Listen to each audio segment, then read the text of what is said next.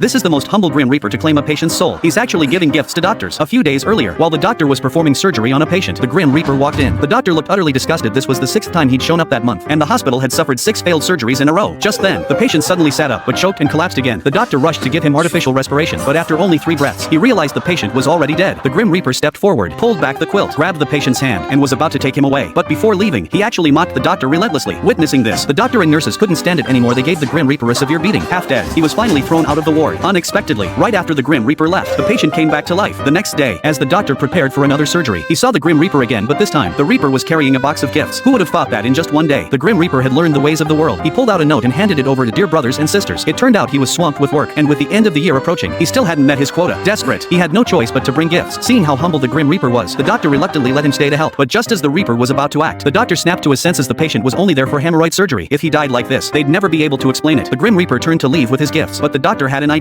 He handed the Reaper a subway card and said, "Go out, turn right, and 5 miles away there's a big hospital full of patients. Take whoever you want. You'll hit your quota in no time." Overjoyed at the thought of meeting his monthly targets easily, the Grim Reaper rushed off to finish his task.